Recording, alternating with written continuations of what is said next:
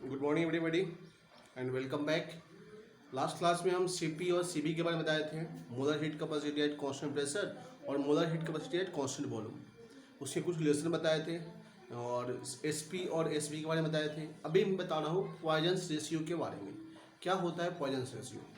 देखो, पहली बात, इसको हम गामा से रिप्रेजेंट करते हैं पॉइजन्स रेशियो को। ये हमें बताता है किसी भी गैस के एटॉमिसिटी के बारे में। जैसे मान लो हमें अगर कोई गैस पता करना है कि ये मोनोएटॉमिक है कि डाई एटॉमिक है कि ट्राई एटॉमिक है, और ये पता करना है तो ये हम यही गामा की वैल्यू को देख के पता करते हैं। मैं आपको कुछ डाटा भी यहाँ पे लिखूंगा और उस डाटा को आप याद करके रखेंगे, क्योंकि ये डाटा आपको यूज में आएगा कि गामा की वैल्यू किसके लिए क्या होती है, ये मैं बताऊंगा अभी। ठीक है, स्टार्ट करते हैं अभी।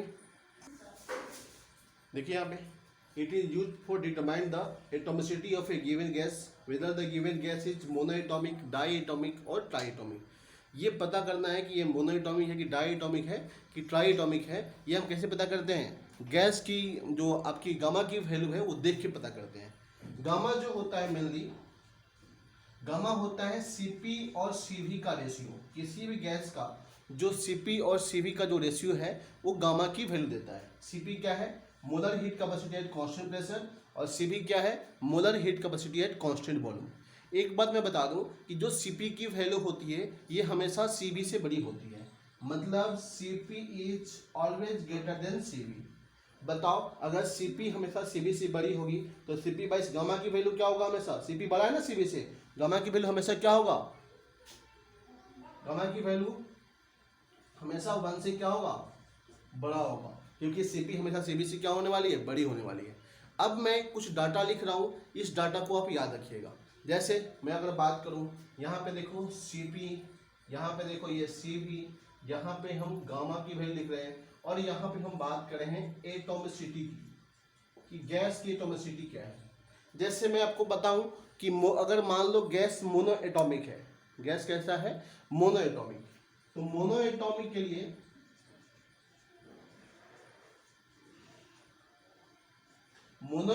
लिए जो आपका सीपी का जो वैल्यू होता है वो होता है 5/2r। कितना होता है? 5/2r।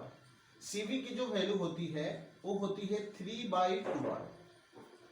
याद रखना पड़ेगा आपको कि जब भी मोनोएटॉमिक गैस होगा तो उसके लिए सीपी की वैल्यू कितना लेंगे? हम 5/2r लेंगे। सीबी की वैल्यू कितना लेंगे? हम 3/2r लेंगे।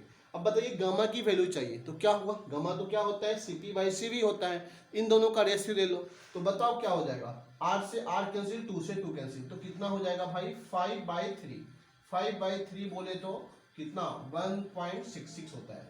तो याद रखना, गामा के लिए, गामा की वैल्यू मोनोएटॉमिक के लिए 1.66 होती है, सीपी का वैल्यू 5/2r और सीवी का वैल्यू 3/2r।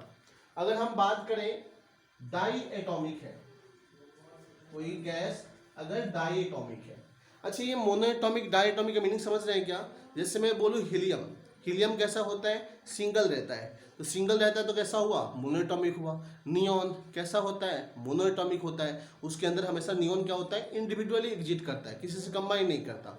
आपका नियॉन के बाद आपका मैं बोलूँ आर्गन, ये भी कैसा होता है? मोनोएटॉमिक होता है।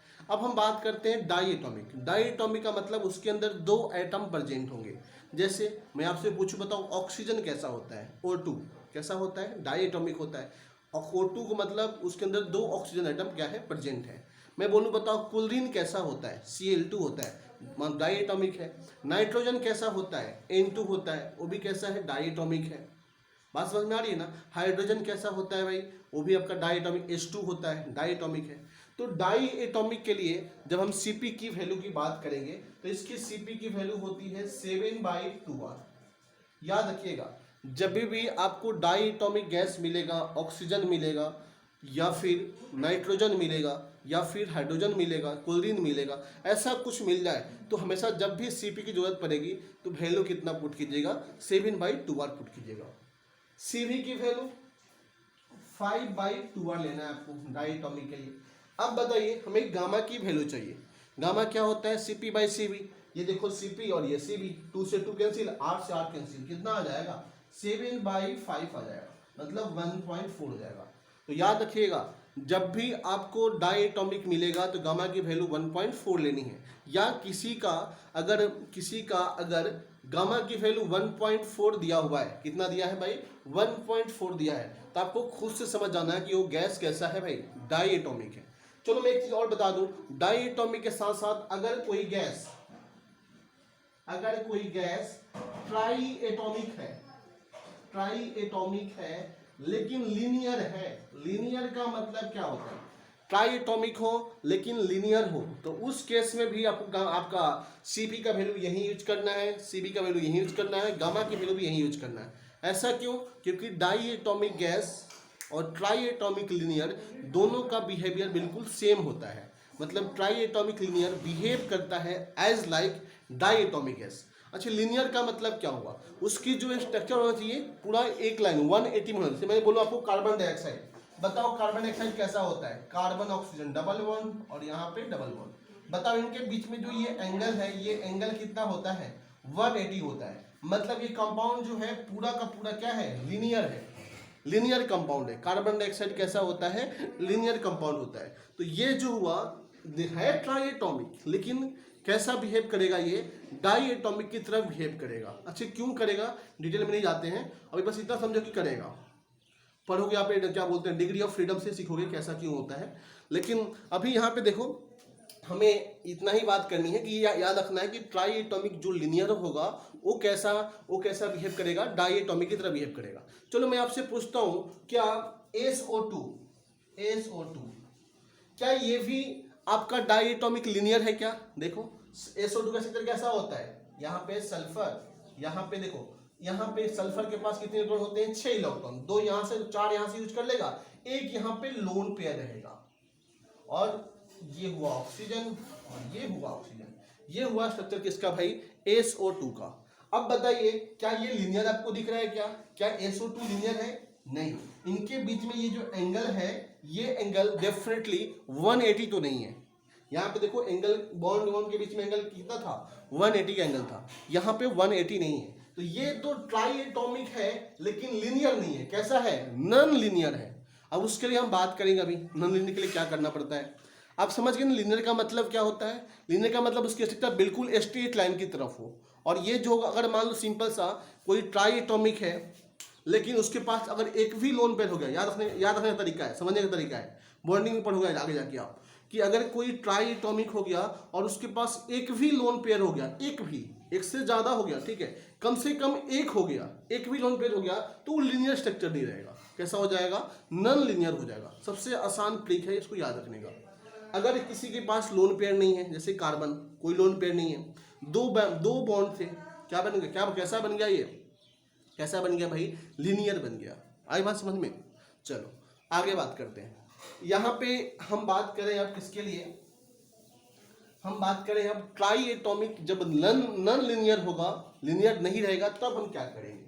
देखिए हम बात कर रहे हैं ट्राई एटॉमिक नॉन लीनियर, जब लीनियर नहीं होगा, या आप इसको बोल सकते हो पॉलीएटॉमिक भी बोल सकते हो, पॉलीएटॉमिक के लिए भी यही वैल्यू यूज करना है। देखो जब आपका Cp का वैल्यू जो लेंगे ट्राई एटॉमिक नॉन लीनियर के लिए या पॉलीएटॉमिक के लिए, मतलब जब 3 से ज्यादा हो तो कितना लेंगे, 4R लेंगे। Cv की वैल्यू लेंगे 3R। तो बताओ अगर गामा की वैल्यू चाहिए तो क्या करोगे, Cp/Cv मतलब 4/3 कर दोगे तो 1.33 होगा। तो ये पूरा जो डाटा मैंने आपको लिखा ना, ये पूरी डाटा आपको याद रखनी है सही से। ये Cp/Cv का वैल्यू आपको बहुत यूज में आएगा, गामा की वैल्यू भी याद रखनी है, किसके लिए कितना लेना है ये आपको ख्याल रखना है। तो Cp और Cv में आपको 2 डिस्टेंस बता चुका हूं मैं, पिछले क्लास में बताया था क्या, Cp - Cv = R होता है, Cp और Cv है। दूसरा भी बता दिया Cp/Cv = क्या होता है, गामा होता है। ये 2 रिलेशन आपको बता चुका हूं मैं Cp और Cv के बीच में। अच्छा ये गामा क्या है, ये आप फिजिक्स में पढ़ोगे डिटेल में, या केमिस्ट्री में भी बताया जा सकता है। गामा की जो वैल्यू है ना, गामा = होता है 1 + 2/f। f जो है यहाँ पे जो f है ना, ये है degree of freedom, degree of freedom है। ये डिग्री ऑफ फ्रीडम क्या होता है आपको फिजिक्स में पढ़ाया जाएगा। किसी भी गैस का जो डिग्री ऑफ फ्रीडम होता है, मान लो कोई गैस में कितने फ्रीडम है, ट्रांसलेशनल मोशन है कि नहीं, रोटेशनल मोशन है कि नहीं, वाइब्रेशनल मोशन है कि नहीं, वो उसकी वैल्यू यहाँ पे पुट करोगे और गामा की वैल्यू निकल के बाहर आ जाएगी। ये हम नहीं पढ़ते हैं, बस आपको बता दिया कि ये कहाँ पढ़ोगे, फिजिक्स में पढ़ोगे, जहाँ पे एफ का मतलब क्या है, किसी भी गैस का डिग्री ऑफ फ्रीडम है। ठीक है, ये दोनों चीज ध्यान रखना। सीपी और सीबी के बीच में दो relation, CP minus CB equal to R, CP by CB equal to gamma. चलिए हम आगे बात करते हैं। चलिए हम नेक्स्ट कंसेप्ट आपको समझा रहे हैं, बाद में सबको मिला देंगे। हम कौन से कंसेप्ट समझा रहे हैं, रिवर्सिबल और इरिवर्सिबल प्रोसेस। क्या होता है रिवर्सिबल और क्या होता है इरिवर्सिबल। कोई भी प्रोसेस इनिशियल पोजीशन से फाइनल पोजीशन पे अगर जा रहा है तो उनके जाने का तरीका कैसा है, उसके आधार पे उस प्रोसेस को दो पार्ट में डिवाइड किया गया है। अगर सिस्टम जो है एक पोजीशन से फाइनल पोजीशन, इनिशियल पोजीशन से फाइनल पोजीशन पे रिवर्सिबली गया कि इरिवर्सिबली गया, ऐसे क्वेश्चन पूछता है आपसे। क्या मीनिंग होता है रिवर्सिबल का और इरिवर्सिबल का, हम बात कर रहे हैं अभी। देखिए वही चीज़ मैंने लिखा है यहाँ पे कि कोई भी प्रोसेस इनिशियल पोजीशन से, कोई सिस्टम इनिशियल स्टेट से फाइनल स्टेट पे जा रहा है तो कैसे जा रहा है, उसके आधार पर हमको दो पार्ट में डिवाइड किए हैं, एक रिवर्सिबल है और दूसरा इरिवर्सिबल है। चलिए हम आपको समझाते हैं कब रिवर्सिबल बोलेंगे प्रोसेस को और कब इरिवर्सिबल बोलेंगे। जैसे मैं इनके साथ साथ इनका डिफरेंस बताते जाऊँगा। जैसे मान लो, समझो पहले रिवर्सिबल, एक कहानी बताता हूँ, एक स्टोरी। इस स्टोरी से आपको पूरा कंसेप्ट क्लियर हो जाएगा कि इसका भाई रिवर्सिबल क्या होता है और इरिवर्सिबल क्या होता है। जैसे देखो, मान लो ये एक सिस्टम है, इसके अंदर गैस पार्टिकल फिल किए गए हैं। अब ये गैस फिल किया गया है तो इस क्या करेगा, ये अंदर से प्रेशर जनरेट करेगा जिसको हम प्रेशर ऑफ गैस बोलेंगे। अब मान लो यहाँ पे कुछ सैंड पार्टिकल फिल यहाँ पे पहले से रखे गए हैं, बहुत सारे सैंड पार्टिकल यहाँ पे जमा किए गए हैं, ये सैंड पार्टिकल है। चलिए मैं एक बना दूं प्रोसेस, तो बताओ इस पिस्टन के द्वारा, एटमॉस्फेयर के द्वारा और ये सैंड पार्टिकल द्वारा कुछ बाहर से भी प्रेशर जनरेट हो रहा होगा, जिसको हम क्या बोल रहे हैं, पी एक्सटर्नल बोल रहे हैं। अब बात समझिए, मैं आपको समझा रहा हूँ रिवर्सिबल प्रोसेस क्या होता है। और मैं आपको बोला कि चलो ठीक है, एक काम करो, ये सिस्टम अभी पिस्टन जो है यहाँ पे रुका हुआ है, कहीं मूव नहीं कर रहा है। इसका मतलब अंदर का जो प्रेशर है पी इंटरनल और बाहर का जो प्रेशर है पी एक्सटर्नल, ये दोनों आपस में क्या है, इक्वल है, तभी तो पिस्टन रुका हुआ है। चलिए अब मैंने बोला अपने स्टूडेंट को, आप में से किसी को, कि एक सैंड पार्टिकल को उठाओ और यहाँ पे रखो। मतलब जितने भी यहाँ पे सैंड पार्टिकल हैं सबको उठा के यहाँ पे जमा करते जाओ, इसको यहाँ पे लेके आओ और यहाँ पे जमा करते जाओ, ऐसे जमा करते जाओ। लेकिन जमा करने का तरीका क्या है, आपको सैंड पार्टिकल 1 बाई 1 रखनी है। ऐसा नहीं कि इतना सैंड पार्टिकल उठाया और वहां पे रख दिया, नहीं करना। आपको धीरे धीरे उठाना, मतलब एक सैंड पार्टिकल उठाना है, फिर वहां रखना है, फिर उठाना है, फिर वहां रखना है। बताओ आप एक सैंड पार्टिकल जब उठा के यहाँ पे रखोगे तो क्या पिस्टन ऊपर मूव कर जाएगा? अरे बोलो, क्या आपको मूव करता हुआ दिखाई देगा? नहीं, जहां पिस्टन था वहीं पे रुका रहेगा। पिस्टन में आपको कोई चेंज, एक सैंड पार्टिकल के कारण पिस्टन में आपको कोई भी चेंज दिखाई नहीं देगी। चलिए मैंने बोला कि ठीक है, आप ये काम को कंटिन्यू रखो, आप फिर से सैंड पार्टिकल उठाओ और यहाँ पे रखो। आपने दो सैंड, एक और सैंड पार्टिकल उठा कर वहां पे रखा, क्या आप पिस्टन पर मूव कर जाएगा? अभी भी नहीं मूव करेगा।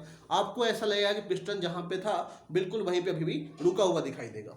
फिर आप इस काम को कंटिन्यू रखो और मैं चला गया कहीं घूमने के बाद 1 घंटे के बाद आया।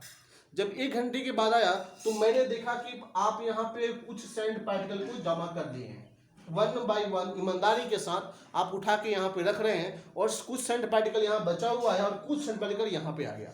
अब बताओ, जब ये 1 घंटे के बाद मैं आऊंगा तो क्या पिस्टन की पोजीशन पहले अगर ये थी तो क्या अभी भी यहीं रहेगी या पिस्टन कहीं ऊपर चला गया होगा? सोचो, नॉर्मल सी बात है, पिस्टन कहाँ चला गया होगा? कुछ ऊपर की तरफ चला गया होगा। चलिए मुझे बताइए, ये पिस्टन जब नीचे से ऊपर गया था, डेफिनेटली मतलब ने कुछ सैंड यहाँ पे रख दिया तो पिस्टन पहले मान लो यहाँ पे था, तो अब फाइनली जब 1 घंटे के बाद आया तो मैंने देखा पिस्टन भाई तो चेंज हो गया पोजीशन, पिस्टन यहाँ पे आ गया है। तो बताओ, जब पिस्टन यहाँ से यहाँ पे आया तो क्या आप तो वहां पे अवेलेबल थे ना, क्या आपको कभी भी पिस्टन की मूवमेंट दिखाई दिया? बिल्कुल नहीं दिखाई दिया होगा डेफिनेटली, क्योंकि आपको दिखाई देता तो आप बोलते देखो पिस्टन ऊपर जा रहा है।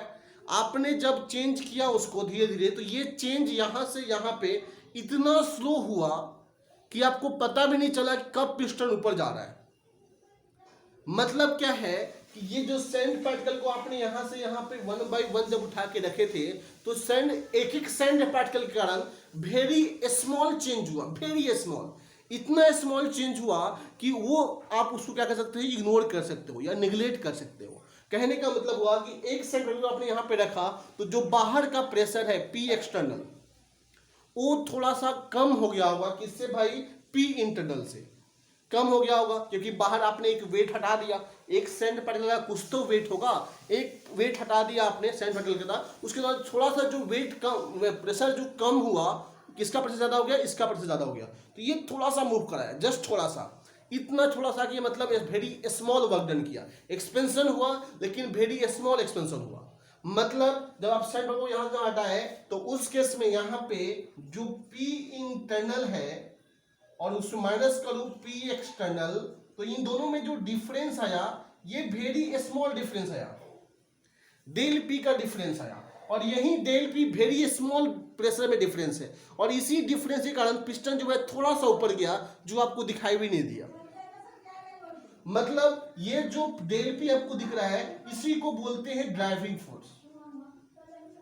यही ड्राइविंग फोर्स है जो रिस्पॉन्सिबल है पिस्टन को ऊपर कराने के लिए, मूवमेंट मतलब एक्सपेंशन कराने के लिए रिस्पॉन्सिबल है। लेकिन यहाँ पे जो आपका डीपी की जो वैल्यू दिख रही है वो वेरी स्मॉल है। मतलब जो पिस्टन थोड़ा सा मूव किया, तो क्या पिस्टन मूव करने के बाद जब रुकेगा, थोड़ी सी जब रुकेगा, तो क्या उस केस में पी इंटरनल और पी एक्सटर्नल फिर से क्या होगा, इक्वली रहेगा।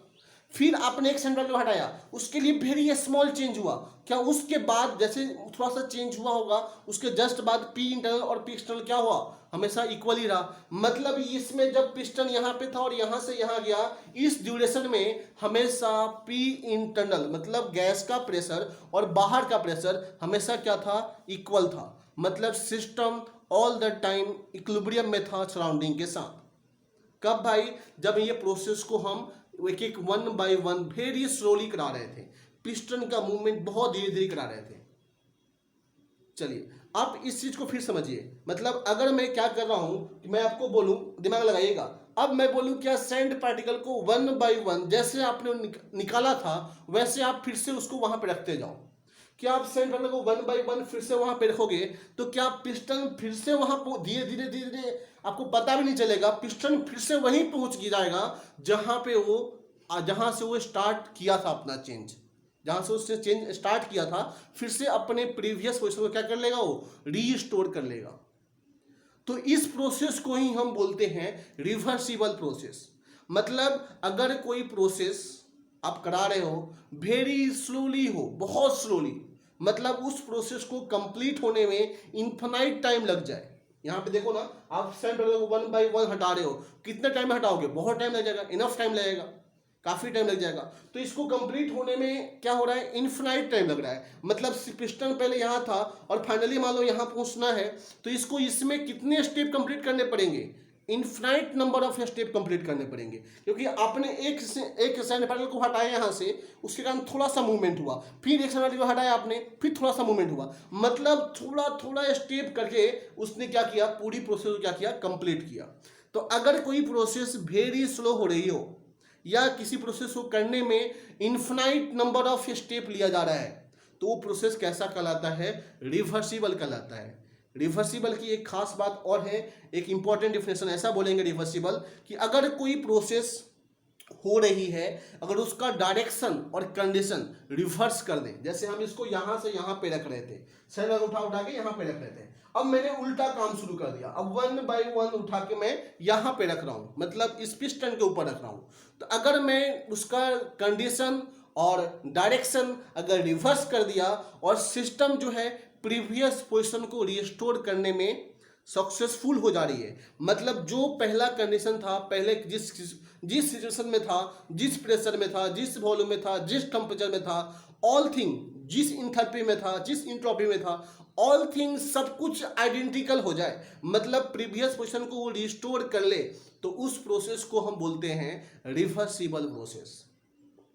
अगर आपने डायरेक्शन को और कंडीशन को रिवर्स किया और सिस्टम प्रीवियस पोजीशन को रिस्टोर करने में सक्सेसफुल नहीं हो पाया, मतलब उसमें जो प्रीवियस पोजीशन था उसको रिगेन नहीं कर पाया, तो उस प्रोसेस को हम क्या बोलेंगे?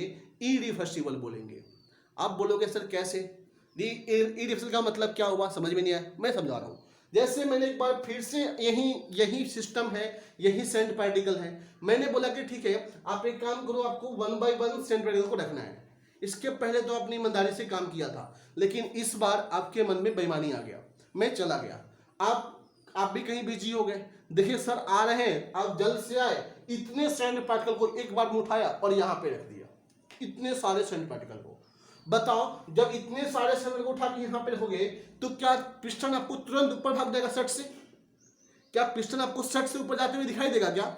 बिल्कुल दिखाई देगा, क्योंकि इस बार आपने बहुत सारे सेंट पार्टिकल को उठा के यहाँ पे रख दिया है। क्यों ऐसा हुआ? तो ये बताओ, यहाँ पे पहले पिस्टन था, आपने सेंटर को उठा के यहाँ पे रखा तो तुरंत पिस्टन यहाँ से यहाँ पे चला गया।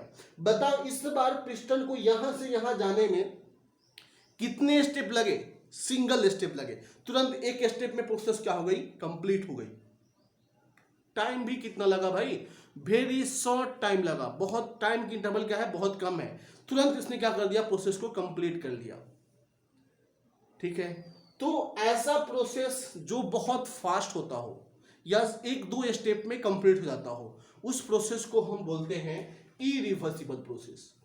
मतलब आप सोचो एक बार, आप जब सेंट पार्टिकल को उठा के यहाँ पे रखे होंगे तो क्या बाहर का जो पी एक्सटर्नल प्रेशर है, बाहर का जो प्रेशर है पी एक्सटर्नल और अंदर का जो प्रेशर है गैस का प्रेशर पी इंटरनल, इन दोनों में जो डिफरेंस होगा वो बहुत लार्ज डिफरेंस हुआ होगा। डेल पी बोल रहा हूं, डेल पी का मतलब एक लार्ज प्रेशर में डिफरेंस आ गया। और यही डेल पी क्या है? यही तो है, आपको बताया था उस समय, क्या है ये?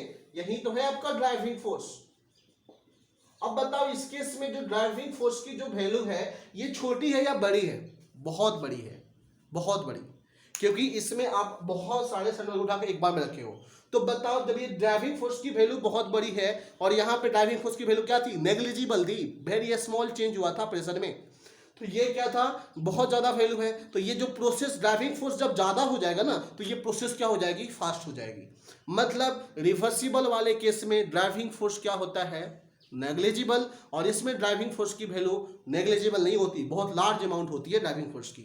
ये बहुत कम टाइम में कंप्लीट होता है, ये very short interval of time में क्या होता है? कंप्लीट होता है। ये इन्फिनाइट टाइम लेता है कंप्लीट होने में, इसमें क्या होता है? फाइनाइट टाइम लगता है। एक बात और बता दूं मैं आपको, क्या हम जब सेंट पार्टिकल को उठा के यहां से यहां रखे थे तो पिस्टन जो ऊपर गया था, क्या मैं इस डायरेक्शन को रिवर्स कर दूं तो क्या ये अपने प्रीवियस पोजीशन को रिस्टोर कर पाएगा? चेक करते हैं। चलो मैंने सेंट पार्टिकल को फिर से उठा के वहां पे रख दिया इस पिस्टन के ऊपर, तो क्या होगा भाई? पिस्टन झटके से एकदम नीचे जाएगा, पूरा एकदम फोर्सफुली नीचे जाएगा और डेफिनेटली उसकी जो पोजीशन होगी वो प्रीवियस पोजीशन नहीं रहेगी। उसका या तो बहुत नीचे चला जाएगा क्योंकि बहुत झटके से नीचे जा रहा है, अचानक से मैंने वेट रख दिया है, बहुत नीचे चला जाएगा या कुछ ऊपर चला जाएगा। मतलब जो अपना प्रीवियस पोजीशन था उसको ये रीस्टोर नहीं कर पाएगा। उसको ही हम क्या बोलते हैं? इरिवर्सिबल प्रोसेस बोलते हैं। परफेक्ट डेफिनेशन यही होता है कि अगर हम डायरेक्शन और कंडीशन को रिवर्स करें तो अगर वो प्रीवियस पोजीशन को रिस्टोर नहीं कर पा रहा है तो कैसा हो जाएगा? कैसा हो जाएगा भाई? इरिवर्सिबल हो जाएगा। अगर उसने अचीव कर लिया तो कैसा हो जाएगा? रिवर्सिबल हो जाएगा। अच्छा बताओ क्यों उसने रिवर्सिबल में अचीव कर लिया था, उसमें क्यों अचीव नहीं कर रहा है? इसके पीछे ये रीजन है कि ये जो प्रोसेस होती है ना स्लोली होती है, वेरी स्लोली होती है। तो स्लोली होने के कारण इसमें जो एनर्जी का लॉस बिल्कुल नेग्लिजिबल होता है। मतलब समझ लो कि रिवर्सिबल वाले केस में एनर्जी की लॉस होती ही नहीं है, कोई एनर्जी लॉस नहीं करता। किसमें भाई? रिवर्सिबल वाले प्रोसेस में। इसलिए आप जब इसको आप रीस्टोर करोगे, मतलब एक्शन को रिवर्स करोगे, तो ये प्रीवियस पोजीशन क्या कर लेगा? रीस्टोर कर लेगा। लेकिन ये वाली प्रोसेस इरिवर्सिबल क्या होती है? फास्ट प्रोसेस होती है और इसमें एनर्जी का बहुत ज़्यादा लॉस हो जाता है। किसमें भाई? इरिवर्सिबल में। कोई भी काम आप जल्दी कराओगे तो उसमें एनर्जी का लॉस तो होगा ही होगा, तो इसमें एनर्जी का लॉस बहुत ज़्यादा हो जाता है। एनर्जी का लॉस ज़्यादा होने के कारण ये अपने प्रीवियस पोजीशन को रीस्टोर नहीं कर पाती। आई बात समझ में? समझ गए होंगे रिवर्सिबल क्या होता है। एक बात और बता दूं, रिपीट कर दे रहा हूं कि इसमें सिस्टम और सराउंडिंग जब मान लो पहले पिस्टन यहाँ था, अब यहाँ से यहाँ गया, तो इस होल ड्यूरेशन में हमेशा अंदर का प्रेशर और बाहर का प्रेशर क्या था, इक्वल होता है हमेशा। वेरी स्मॉल चेंज हो रही है, उसको हम निगलेक्ट कर दे रहे हैं, वैल्यू तो बहुत छोटा है। मतलब सिस्टम और सराउंडिंग आपको कभी, मतलब पिस्टन कभी ऊपर जाते हुए दिखाई नहीं देगा, मतलब आपको ऐसा लगेगा कि हमेशा सिस्टम और सराउंडिंग हमेशा क्या है, इक्विलिब्रियम में है। किसमें भाई, रिवर्सिबल में। लेकिन यहाँ पे ऐसी बात नहीं होती, यहाँ पे इनिशियली सिस्टम और सराउंडिंग क्या होगा, इक्विलिब्रियम में होगा। अब फिर जब ये मूव, जब चेंज करना शुरू करेगा तो बीच में पी इंटरनल और पी एक्सटर्नल आपस में इक्वल नहीं है। कहाँ इक्वल होंगे, सीधे जहां पिस्टन रुकेगा। जब पिस्टन रुकेगा तो फिर से यहाँ पे पी इंटरनल और पी एक्सटर्नल क्या है, आपस में इक्वल हो जाएंगे। मतलब इरिवर्सिबल में सिस्टम और सराउंडिंग सिर्फ इनिशियल पोजिशन पे और फाइनल पोजिशन पे इक्वल रहता है, मतलब सराउंडिंग इक्विलिब्रियम में रहता है। बीच वाले किसी भी प्रोसेस, किसी भी टाइम में यहाँ पे सिस्टम और सराउंडिंग इक्विलिब्रियम मेंटेन नहीं रखता, ये बात ध्यान रखिएगा। मतलब इसमें अब बताता हूं आगे, चलो क्या होता है देखते हैं। देखिए ये लिखा हूं कि अगर प्रीवियस पोजीशन को उसने रिस्टोर कर लिया तो कैसा होगा, रिवर्सिबल। अगर नहीं किया तो कैसा हो जाएगा, इरिवर्सिबल। मतलब इस वाले केस में, इसमें रिवर्सिबल वाले केस में, कि जो लॉस ऑफ एनर्जी होती है, loss of energy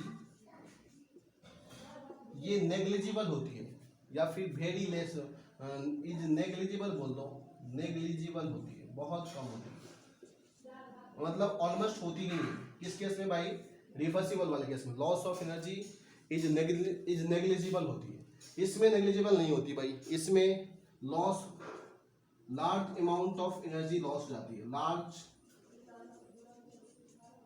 amount of energy जो होती है इसके अंदर ये क्या हो जाती है, लॉस हो जाती है। ठीक है। दूसरा, इसमें मैंने बताया लॉस एनर्जी मतलब क्यों ऐसा लॉस नहीं हुआ, क्योंकि अगर एक्सपेंशन की हम बात करें तो यहाँ पे जो पी इंटरनल था गैस का माइनस पी एक्सटर्नल जो था, इन दोनों में डिफरेंस जो होता है डीपी का, जिसको हम क्या बोल रहे हैं, ड्राइविंग फोर्स बोल रहे हैं, ड्राइविंग फोर्स बोल रहे हैं। तो इसमें जो ड्राइविंग फोर्स होता है वो बहुत कम होता है, driving force is very small, बहुत छोटा होता है, यानी कि नेग्लिजिबल होता है, वेरी स्मॉल या वेरी लेस, जो बोलना है बोल दो। ड्राइविंग, इसमें जो ड्राइविंग फोर्स होता है वो बहुत छोटा होता है, बहुत छोटा, जो पिस्टन की मूवमेंट के लिए क्या है, रिस्पॉन्सिबल है। तो जो मूवमेंट कराता है पिस्टन का, तो ये ड्राइविंग फोर्स की वैल्यू बहुत छोटी है, मतलब ये टेंस टू जीरो होता है। मतलब यहाँ पे जो डीपी की वैल्यू है वो टेंस टू जीरो होती है, मतलब जीरो के आसपास होती है। तभी तो प्रोसेस बहुत स्लो हो रहा है और धीरे धीरे प्रोसेस हो रही है, तभी तो प्रोसेस बहुत धीरे धीरे हुई है, क्योंकि इसमें जो ड्राइविंग फोर्स है, जो रिस्पॉन्सिबल है मूवमेंट कराने के लिए, वो बहुत छोटा है, धीरे धीरे चेंज कराएगा। इसमें बताओ, इसमें जो ड्राइविंग फोर्स होता है, मतलब P internal minus P external, इन दोनों का जो डिफरेंस है डेल पी का, ये ड्राइविंग फोर्स ये वेरी लार्ज होता है। मतलब यहाँ पे जो ड्राइविंग फोर्स होती है ना, यहाँ पे डेल पी ये कभी भी जीरो के इक्वल नहीं हो सकती, does not equal to zero, ये याद रखना। क्योंकि यहाँ पे ड्राइविंग फोर्स बहुत ज़्यादा होता है और ज़्यादा होने के कारण ही ये जो मूवमेंट हुई है वो बहुत फास्ट मूवमेंट होती है। किससे भाई, इरिवर्सिबल। इसमें जो होता है, ये जो होता है ये बहुत स्लो होता है, ये बहुत स्लो प्रोसेस होता है, बहुत स्लो, और स्लो होने के कारण इसमें बहुत ज़्यादा टाइम लगता है कंप्लीट होने में। It take infinite time for completion, मतलब कंप्लीट करने में, कंप्लीट करने में, फॉर कंप्लीट लिख दो सिंपल सा, कि कंप्लीट करने में इसको क्या लगता है, इनफाइनाइट टाइम लगता है।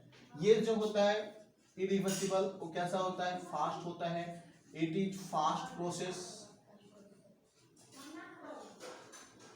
ये फाइनाइट, मतलब ये जो होता है फास्ट होता है, इससे कंप्लीट होता है फाइनाइट नंबर स्टेप में। इट कंप्लीटेड इन फाइनाइट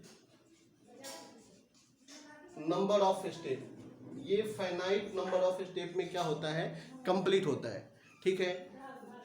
इसमें टाइम भी बहुत कम लगता है, फास्ट प्रोसेस होता है। ये इनफाइनाइट स्टेप में क्या होता है, कंप्लीट होता है। दूसरी बात, इसमें जो होता है हमेशा सिस्टम और सराउंडिंग ऑलवेज क्या होता है, इक्विलिब्रियम एग्जिट करता है। हर एक कंडीशन पे, हर एक पोजीशन पे पी इंटरनल और पी एक्सटर्नल आपस में क्या होते हैं, इक्वल होते हैं। मतलब किसी भी, चाहे इनिशियल पोजीशन हो, चाहे बीच में हो, चाहे फाइनली पोजीशन हो, किसी भी कंडीशन पे आप P V equal to N R T use कर सकते हो। क्यों यूज कर सकते हो, क्योंकि अंदर का प्रेशर बाहर का प्रेशर आपस में क्या है, इक्वल है। तो यहाँ पे all time P V equal to N R T applicable होता है। लेकिन इरिवर्सिबल में ऐसी बात नहीं है। इरिवर्सिबल में क्या होता है, अंदर का प्रेशर और बाहर का प्रेशर सिर्फ इनिशियल पोजीशन पे सेम रहता है और फाइनल पोजीशन पे सेम रहता है। बीच वाले कंडीशन में किसी कभी पी इंटरनल और पी एक्सटर्नल इक्वल नहीं रहता है। इसलिए यहाँ पे आप P V equal to N R T सिर्फ इनिशियल कंडीशन पे और फाइनल कंडीशन पे यूज कर सकते हो। बीच वाले कंडीशन पे कभी भी आप P V equal to N R T use नहीं कर सकते। मतलब सिस्टम एंड इसमें जो सराउंडिंग होता है, surrounding always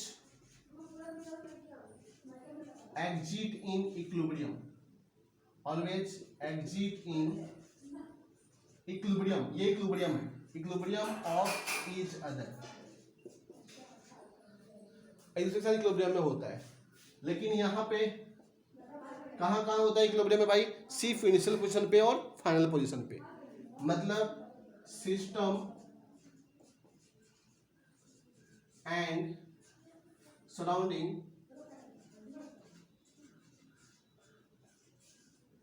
are exist in equilibrium only at, are exist in equilibrium only eight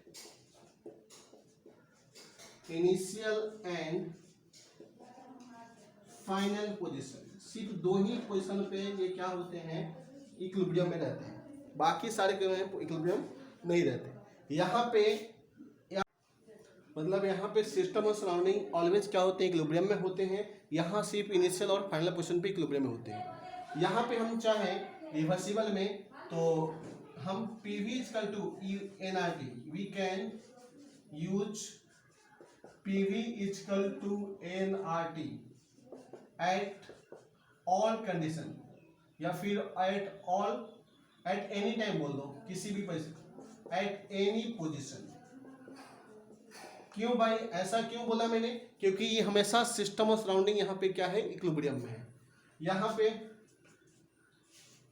we can use P V equal to N R T only, देखो यहाँ पे वनली लगा दिया मैंने, वनली एट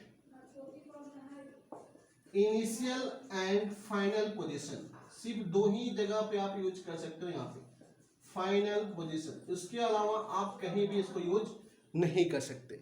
आ रही बात समझ में, ठीक है। उसके बाद मैं बात करूँ ये रिवर्सिबल प्रोसेस जो है, आप समझ गए रिवर्सिबल क्या होता है, इरिवर्सिबल क्या होता है। मेन बात याद रखिएगा, जब भी आपको क्वेश्चन बोल दे कि एट कांस्टेंट एक्सटर्नल प्रेशर, मतलब बाहर के प्रेशर को कांस्टेंट कर दे, कैसे पहचानेगा रिवर्सिबल और इरिवर्सिबल, वो बता रहा हूँ। कि अगर बाहर के प्रेशर को कांस्टेंट कर दे तो बताओ डेफिनेटली वो प्रोसेस कैसा बन जाएगा, इरिवर्सिबल बन जाएगा। क्यों भाई, क्योंकि हम जानते हैं कि यहाँ पे जब रिवर्सिबल करना है तो हमेशा अंदर का प्रेशर और बाहर का प्रेशर क्या होना है, इक्वल रहना है हर एक कंडीशन पे। तो यहाँ पे हर एक कंडीशन पे क्या होगा, इक्वल होगा। लेकिन बाहर का प्रेशर कांस्टेंट बोल दिया तो डेफिनेटली वो प्रोसेस कैसा होने वाला है, इरिवर्सिबली होने वाला है। मतलब इनिशियली क्या होगा, इक्विलिब्रियम में रहेगा और फाइनली इक्विलिब्रियम में रहेगा, बीच में इक्विलिब्रियम मेंटेन नहीं कर पाएगा। क्योंकि जैसे एक्सपेंशन हो रहा है ना, अंदर का प्रेशर तो चेंज हो रहा है, गैस का प्रेशर, तो वैसे वैसे बाहर का प्रेशर भी चेंज करना पड़ेगा, तभी तो इक्विलिब्रियम मेंटेन कर पाएगा ऑल कंडीशन में। तो जैसे अंदर का प्रेशर चेंज हो रहा है, बाहर का प्रेशर यहाँ पे क्या है, कांस्टेंट है, तो प्रोसेस कैसी हो जाएगी, इरिवर्सिबल। या फिर जितने भी नेचुरल फेनोमेना होते हैं, जितने भी नेचुरल फेनोमेना आप सोचते हो, वो सब के सब कैसे होते हैं, इरिवर्सिबल नेचर के होते हैं नेचुरल फेनोमेना। जैसे ये पेड़ का ऊपर से नीचे गिरना, बारिश का होना, ये सारे फेनोमेना क्या होते हैं, इरिवर्सिबल होते हैं। ठीक है। दूसरी हम बात करें कि अगर मान लो क्वेश्चन आपको बोल रहा है कि रिएक्शन कंप्लीट इन 1 स्टेप और 2 स्टेप, ऐसे बोल रहा है, तो डेफिनेटली कैसा प्रोसेस हो जाएगा, वो इरिवर्सिबली हो जाएगा। या फिर क्वेश्चन जब ये बोले कि reaction complete in infinite step या इन्फिनाइट टाइम टेक या बहुत लॉन्ग टाइम ले रहा है, तब कैसा हो जाएगा, रिवर्सिबल प्रोसेस हो जाएगा। ये समझने का तरीका है, ठीक है। अब रिवर्सिबल में जो डेफिनेटली जो वर्क डन होगा और इरिवर्सिबल में जो वर्क डन होगा, देखते हैं दोनों में किस में वर्क डन ज़्यादा होगा, किस में कम होगा, वो हम अभी बात करेंगे। एक बात ध्यान रखिएगा, बाहर का प्रेशर जब कांस्टेंट रहेगा, कांस्टेंट कर दे, दोनों में से कोई भी एक प्रेशर कांस्टेंट कर दे तो प्रोसेस कैसा बन जाएगा, क्या बन जाएगा भाई, इरिवर्सिबल बन जाएगा हमेशा, क्योंकि अंदर का प्रेशर चेंज होगा एक्सपेंशन करने पे या कंप्रेशन करने पे, तो वैसे वैसे बाहर का प्रेशर भी क्या होना पड़ेगा, चेंज होना पड़ेगा। मतलब सिस्टम और सराउंडिंग ऑल टाइम इक्विलिब्रियम में एग्जिट करना पड़ेगा, तभी रिवर्सिबली हो पाएगा, ठीक है। अब हम बात करते हैं वर्क इफिशिएंसी की, कि किसमें हमको ज़्यादा वर्क डन मिलता है। आपको दिखाते हैं कि वर्क इफिशिएंसी किसकी ज़्यादा होती है, किसकी कम होती है। चलिए बात करते हैं हम work efficiency of reversible and irreversible process की। चलो हम पहले बात करते हैं एक्सपेंशन के लिए, एक्सपेंशन के लिए बात कर रहे हैं। चलिए यहां पे मान लो ये प्रेशर है, आपको तो पता है कि नहीं पता तो बता रहा हूं कि पीवी कर्व में जो एरिया अंडर द कर्व होता है वो वर्क डन की वैल्यू देता है, ठीक है। तो हम बात करें एक बार रिवर्सिबली की, तो बताओ पीवी कर्व में टेम्परेचर मान लो कांस्टेंट कर दो, तो ये होता है आपकी ग्राफ, प्रेशर वॉल्यूम की जो ग्राफ होती है, एक्सपेंशन करवाना है तो ऐसे होगी ग्राफ, ठीक है। आपको तो पता है कि जब वर्कडन जो होता है तो हम वर्कडन में प्रेशर ओ लेते हैं जिसके अगेंस्ट काम कर रहे हैं हम लोग, ठीक है। तो हम पहले ग्राफ ड्रॉ कर रहे हैं रिवर्सिबल के लिए, पहले हम किसके लिए बात कर रहे हैं, रिवर्सिबल प्रोसेस के लिए।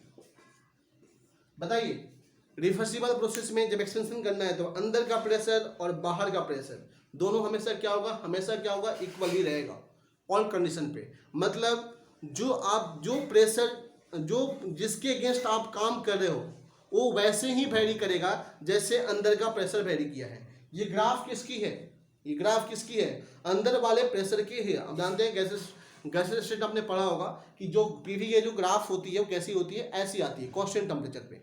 तो ये चेंज है किसका भाई, प्रेशर का, किसका भाई, गैस का प्रेशर का। तो जैसे जैसे अंदर का सिस्टम का जो गैस का प्रेशर चेंज हो रहा है रिवर्सिबल में, वैसे वैसे क्या होगा, बाहर का प्रेशर चेंज होना पड़ेगा, तभी तो प्रेशर रिवर्सिबली हो पाएगी।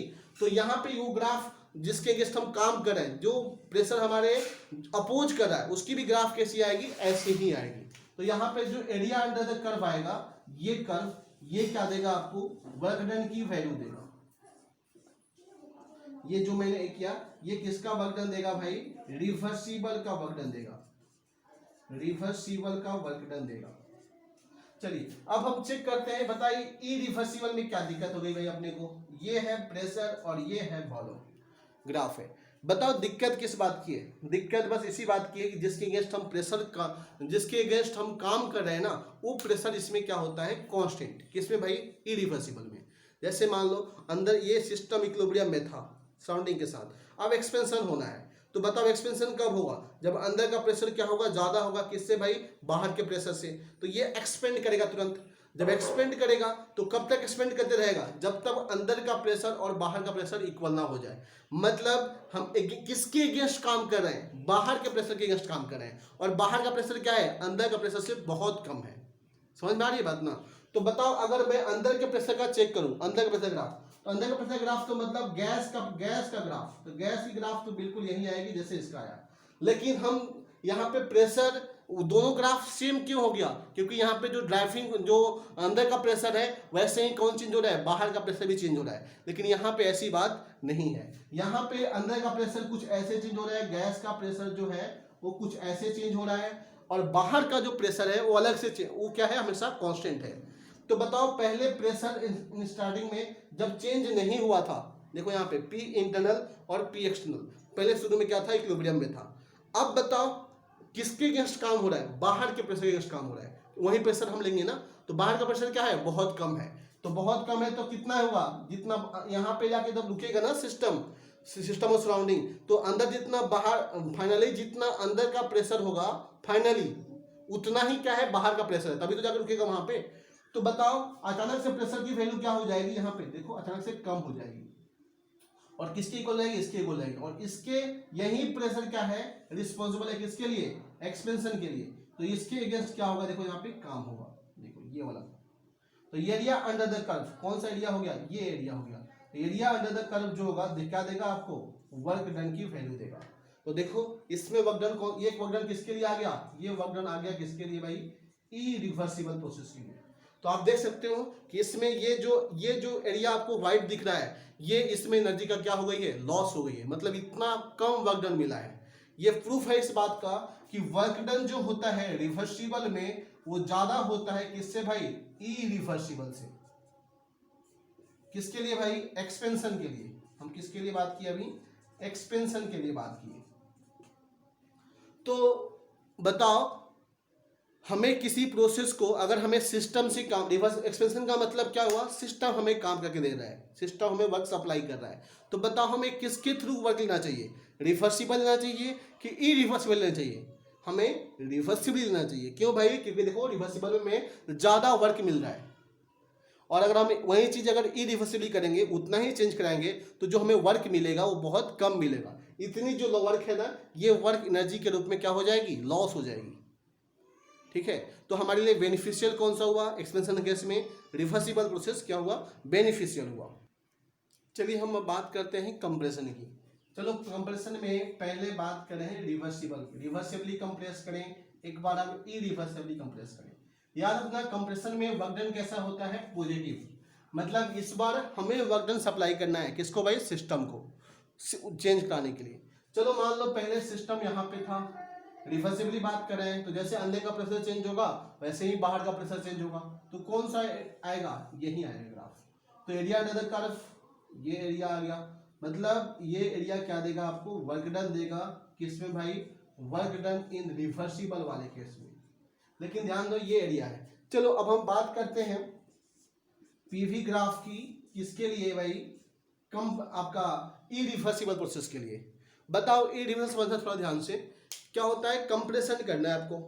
कंप्रेशन करने का मतलब क्या हुआ कि बाहर का प्रेशर क्या होगा, ज्यादा होगा किससे भाई, अंदर के प्रेशर से। अब बताओ ये कंप्रेस करेंगे, हम कंप्रेस करेंगे, ठीक है, तो कंप्रेस करेंगे तो ये प्रेशर अंदर का क्या होगा, चेंज होगा, ठीक है, चेंज हो रहा है। अब क्या होगा, ये चेंज होते होते ये किसके इक्वल होगा, बाहर के प्रेशर के इक्वल होगा, तभी प्रोसेस क्या होगी, वहां पे जाके रुक जाएगी। मतलब जिसके अगेंस्ट हम काम कर रहे हैं वो प्रेशर क्या होगा, बढ़ेगा। ध्यान देना किसके इक्वल होना है, बाहर के प्रेशर के इक्वल होने वाला है। मतलब सिस्टम क्या होगा, पहले इनिशियली मान लो यहाँ पे रहेगा, और कंप्रेशन करें मतलब अंदर का प्रेशर क्या हो, जिसके अगेंस्ट काम करें वो प्रेशर क्या है, किसके इक्वल होना है, बाहर के प्रेशर के इक्वल होना है। मतलब प्रेशर की वैल्यू क्या होना है, इंक्रीज होना है। तो पहले देखो इंक्रीज हुआ था इसके पहले वाले ग्राफ में, अब अचानक से क्या होगा, इंक्रीज कर जाएगा, और ये होगा रिस्पॉन्सिबल किसके लिए भाई, कंप्रेशन के लिए। देखो यहाँ पे ये होगा रिस्पॉन्सिबल। तो एरिया अंडर द कर्व, कौन सा एरिया भाई, ये एरिया, ये एरिया अंडर द कर्व क्या देगा भाई, वर्क डन की वैल्यू देगा। समझ में आ रही बात ना। रिवर्सिबल में कौन सा मिला था हमें बताओ, रिवर्सिबल में हमें ये वाला मिला था। तो आप देख सकते हो कि ये जो मैं डबल लाइन कर रहा हूं, देखो यहाँ पे डबल लाइन कर रहा हूं, ये जो लाइन है, ये एरिया, ये आपको एक्स्ट्रा ऐड करना पड़ा किससे केस में भाई, ई रिवर्स वाले केस में।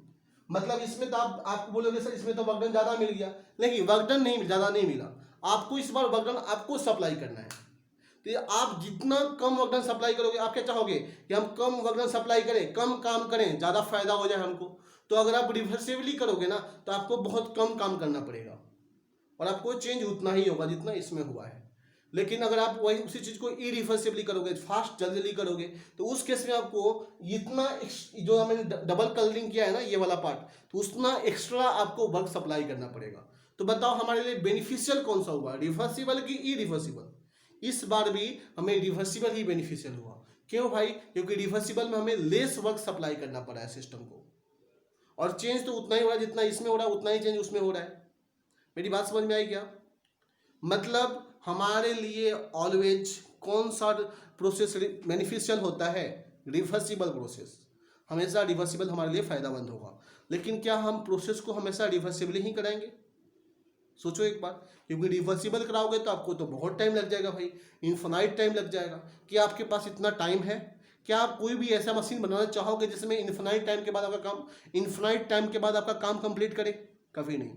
तो क्या फिर मैं आपसे पूछूं, फिर तो क्या आप इसके थ्रू जाओगे, इरिवर्सिबल के थ्रू जाओगे। अगर इसके थ्रू जाते हो तो भाई बहुत एनर्जी का लॉस हो जाएगा, बहुत एनर्जी का लॉस हो रहा है, एनर्जी जो होते जो भी आप पेट्रोल डीजल डालोगे वो बहुत सारा वेस्ट हो जाएगा, तो इसके थ्रू भी नहीं जाओगे। तो हम क्या करते हैं, जो भी मशीन बनाते हैं ना उसमें हम बीच बीच का पाथवे अपनाते हैं।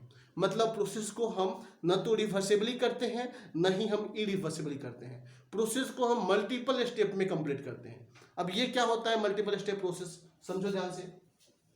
मतलब ये एक बात जरूर यहाँ पे लिख लेना कि हमारे लिए बेनिफिशियल क्या है, मतलब reversible process is always beneficial for us, चाहे वो कंप्रेशन हो चाहे वो एक्सपेंशन हो, हमेशा बेनिफिशियल होगा। अब हम बात करते हैं इसके बारे में, ये तो कंप्रेशन हो गया ना, हम बात कर रहे हैं कि भाई क्या होता है multiple step process. Multiple step process क्या होता है, ये प्रोसेस जो होता है ना ये बीच का रास्ता है, किसका भाई, रिवर्सिबल का और इरिवर्सिबल के बीच के रास्ते को हम बोलते हैं मल्टीपल स्टेप प्रोसेस। कैसे भाई, हम जानते हैं रिवर्सिबल प्रोसेस में बहुत ज़्यादा टाइम लगने वाला है, मतलब वो थ्योरेटिकल प्रोसेस है, प्रैक्टिकली तो पॉसिबल है नहीं।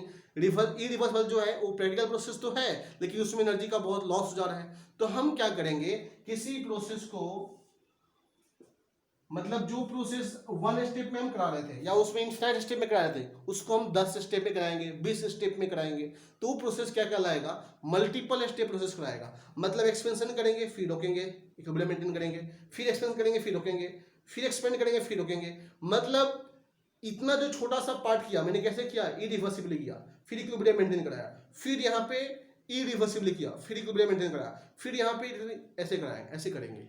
समझ में आया बात। मान लो कि गाड़ी पेट्रोल आपने बाइक बना ली, तो बाइक में एक बार आपका फ्यूल जाएगा, उसका कुछ वर्क होगा, फिर कुछ समय के बाद मतलब कंटिन्यूस नहीं, डिसकंटिन्यूस हम क्या करेंगे, फ्यूल सप्लाई करेंगे। मतलब समझ रहे हो ना बात को। चलो हम बात करते हैं यहाँ पे प्रेशर वर्सेज वॉल्यूम की। अगर हम रिवर्सिबली कर एक्सपेंशन की बात करें, सिस्टम से काम ले रहे हैं हम, तो रिवर्सिबली करते तो हमें ये मिलता, जो ये ग्राफ बनाई है ना, ये ग्राफ मिलती कब, जब हम रिवर्सिबली करते तो। अब हम रिवर्सिबली तो करने वाले नहीं, अगर हम इरिवर्सिबली करते तो अचानक से देखो, ई से मतलब बाहर के प्रेशर के अगेंस्ट काम कर रहे हैं, प्रेशर तो ये था स्टार्टिंग में, अचानक प्रेशर क्या होगा, कम हो जाएगा, और इसके अगेंस्ट क्या होगा, कम होगा, ऐसे इसके अगेंस्ट एक्सपेंशन होगा, और ये जो एरिया का कर्व है वो हमें वर्क डन मिलेगा। तो ये भी नहीं करना, तो हम क्या करेंगे, इस प्रोसेस को 5 स्टेप में डाला। देखो पहले एक्सपेंड किया फिर इक्विलिब्रियम मेंटेन कराया, फिर एक्सपेंड किया फिर इक्विलिब्रियम मेंटेन कराया, फिर एक्सपेंड किया इक्विलिब्रियम मेंटेन कराया, फिर एक्सपेंड किया इक्विलिब्रियम मेंटेन कराया, फिर इक्विलिब्रियम। कितने स्टेप में कराया, देखो 1 यहाँ पे था, 2 3 4 5 6, मतलब देखो एक स्टेप, 2 स्टेप, 3 4 5 स्टेप में कंप्लीट कराया। तो बताओ अभी इसमें हमें कितना वर्क डन मिलेगा, एरिया अंडर द कर्व, देखो ये वर्क डन मिलेगा हमें। आप देख सकते हो जो ये व्हाइट पार्ट जो आपको दिख रहा है बीच बीच में, यहाँ पे व्हाइट पार्ट, यहाँ व्हाइट पार्ट, ये सब व्हाइट पार्ट जो दिख रहा है, ये क्या हुआ, एनर्जी का लॉस हो गया। क्यों भाई, क्योंकि मैंने प्रोसेस को न तो रिवर्सिबली कराया न तो इरिवर्सिबली कराया। इसमें देखो वर्क इफिशिएंसी जो है रिवर्सिबल से तो कम है लेकिन इरिवर्सिबल से क्या है, ज्यादा है। आई बात समझ में। मतलब वर्क इफिशिएंसी की बात करें हम,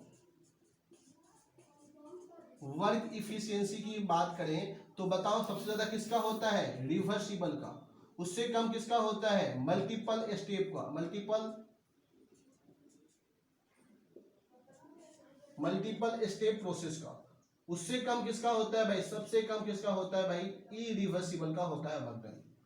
ये याद रखिए, मतलब प्रोसेस को हम क्या कराएंगे, मल्टीपल स्टेप कराएंगे। अच्छा बताओ अगर यही मल्टीपल स्टेप को मैं अगर इन्फिनाइट स्टेप में कंप्लीट कर दूं, मतलब बहुत सारे स्टेप पे करा दूं, तो वही प्रोसेस क्या बन जाएगा, रिवर्सिबल बन जाएगा। मतलब जैसे जैसे स्टेप बढ़ाते जाओगे तो कहाँ टेंस करेगा, रिवर्सिबल की तरफ टेंस करेगा, नंबर ऑफ स्टेप कम करते जाओगे तो कहाँ टेंस करेगा, इरिवर्सिबल की तरफ टेंस करेगा। ठीक है ना, कैसे समझो बात को ध्यान से।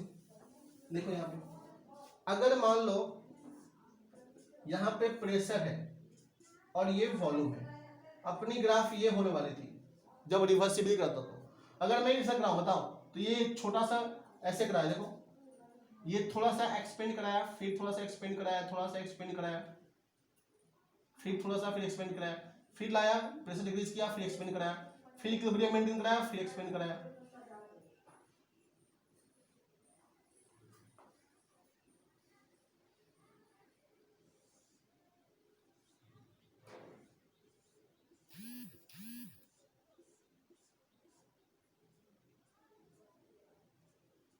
आप देखो क्या इस केस में वर्क डन की जो वैल्यू है, नंबर ऑफ स्टेप बढ़ा दिया, कितना किया इस बार स्टेप 1,